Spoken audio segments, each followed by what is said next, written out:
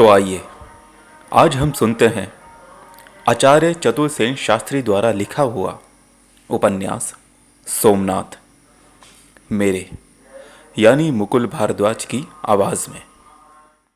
महानद के तट पर। सिंधु नद भारतीय सीमा पर महानदी है। इसका विस्तार देखकर इसे नदी न कहकर नद कहते हैं।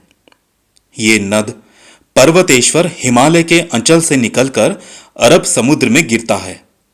12 मास ये नद अतः जल से परिपूर्ण रहता है। उसका तीव्र जल प्रवाह अगाध और पाट मीलों तक का है। इस महानद को पार उतरकर ही भारत भूमि पर चरण रखना पड़ता है। सुल्तान महमूद ने इस कठिन कार्य की भी सब व्यवस्था कर रखी थी। अमीर ने सिंधु के उस पार 2 दिन विश्राम किया। तीसरे दिन सिंधु नद पार उतरने की व्यवस्था की। प्रत्येक पूर्णिमा को नद में ज्वार आता है।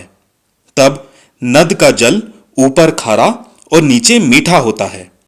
इस समय महानद समुद्र की भांति गर्जना करता है और उसमें पर्वत के समान बड़ी बड़ी लहरें उठती हैं। अमीर ने तट से कुछ हटकर कुछ ऊंची जगह पर अपनी छावनी डाली थी। छावनी का प्रबंध अति उत्तम था। घुड़सवारों की टुकड़ियां उसके चारों ओर घूम फिरकर रात दिन पहरा देती थी। पहरे का यह दायित्व एक दरबारी सरदार के सुपुर्द था।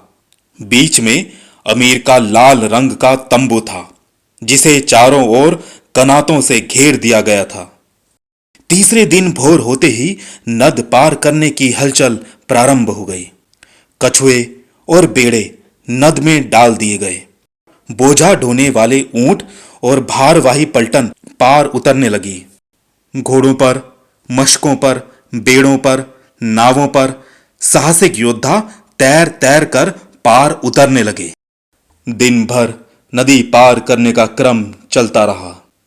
सायंकाल के समय अमीर अपने मंत्रियों तथा सेनापतियों के साथ नदी पार होने का दृश्य देखने तीर पर आया। दूसरे दिन मध्याह्न काल होते होते संपूर्ण लश्कर भारत भूमि पर निर्विरोध उतर गया। इस बर्बर डाकू का इस भांति निर्विरोध उस पार उतर जाना और भारत का निश्चिंत पड़े सोते रहना एक आश्चर्य की बात थी। नद के इस पार अमीर का लश्कर विश्राम करने लगा। समय और ऋतु अति सुहावनी थी।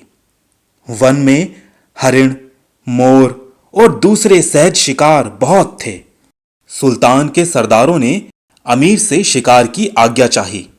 सुल्तान ने कुछ क्षण चुप रहकर कहा, मेरे बहादुर सरदारों, हम गजनी की भूमि को छोड़कर यहां शिकार और तफरीह के लिए नहीं आए हैं। हमारा काम बहुत महत्व का और दायित्वपूर्ण है। अभी हमें बहुत कार्य करना है। वीरत्व प्रदर्शन का मैदान अभी दूर है।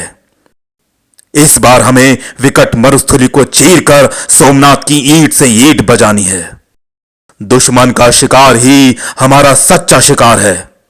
वही हमारा सबसे प्रथम कर्तव्य है। इस सच्चे शिकार को छोड़कर बेकसूर हिरणों और परिंदों को मारने से क्या लाभ? ये सब मुझे पसंद नहीं। चलो बहादुरों, कूच करो, फतह करो और सुर्खरूही हासिल करो। दिनों दुनिया में खुशहाली हासिल करो। इसके बाद ही अमीर ने तत्काल कूच करने का हुक्म दे दिया। खूंटों पर हथौड़ों की चोटें पड़ने लगी। पलक मारते ही वो मायानगर अदृश्य हो गया और ऊंटों, अश्वों, खच्चरों और पैदलों की अटूट कतार की कतार महासर्प की तरह रेंगती हुई भारत भूमि पर अग्रसर हुई, जैसे ये विजयी योद्धा किसी बिना द्वार के दुर्ग में घुस रहा हो।